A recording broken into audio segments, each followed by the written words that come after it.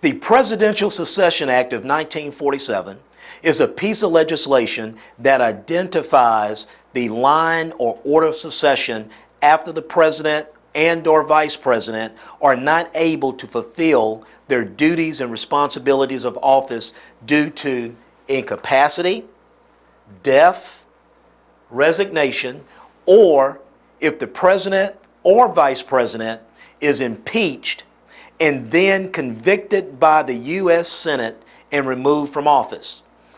Now, Article 2, Section 1, Clause 6 of our Constitution identifies the vice president as first in succession after the president. And this part of our Constitution gives the Congress the statutory power to establish laws for cases in which the president and vice president are not able to fulfill their duties or responsibilities of office. Now, this triggered the first Succession Act, the Presidential Succession Act of 1792. It identified the vice president first in the line of succession after the president, and then the president pro tempore or president pro tem. Now, who is this person? This person is a U.S. senator that is the senior senator, meaning they have served the longest in the U.S. Senate, and they're also from the majority party.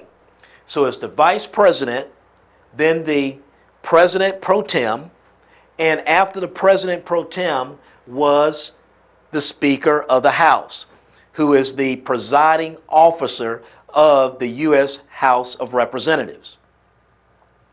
Now, by 1886, the presidential succession changed with the Presidential Succession Act of 1886. Now, what brought this about? Well, in 1881, you had the assassination of President Garfield, and then by 1885, you had the death of Vice President Hendricks.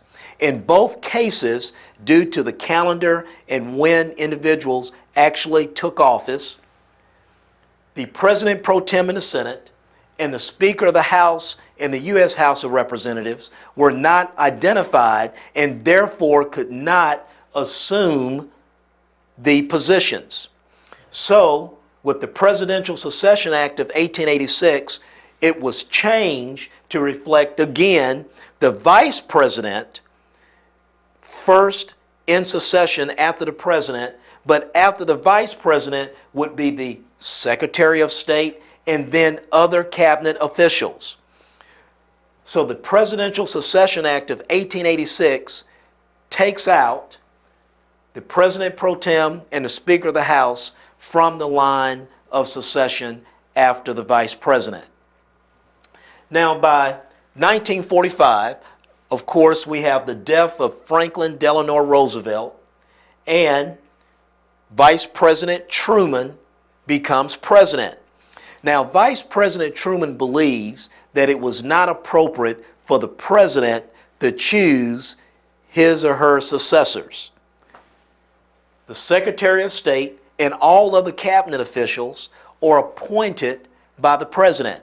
So in the event that the president could not fulfill his or her duties or responsibilities, President Truman believed that it was not appropriate for the president's appointees to automatically assume the position of president in the line of succession.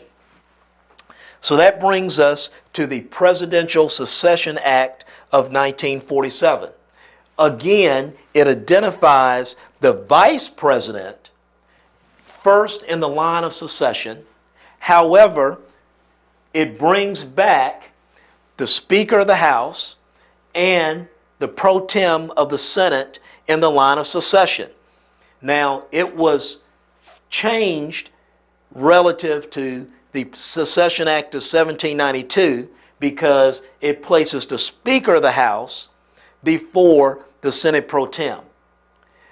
After the Senate pro tem, you would have the Secretary of State, then the Secretary of Treasury, and other cabinet officers would follow in the line of succession according to when their cabinet position was established by Congress.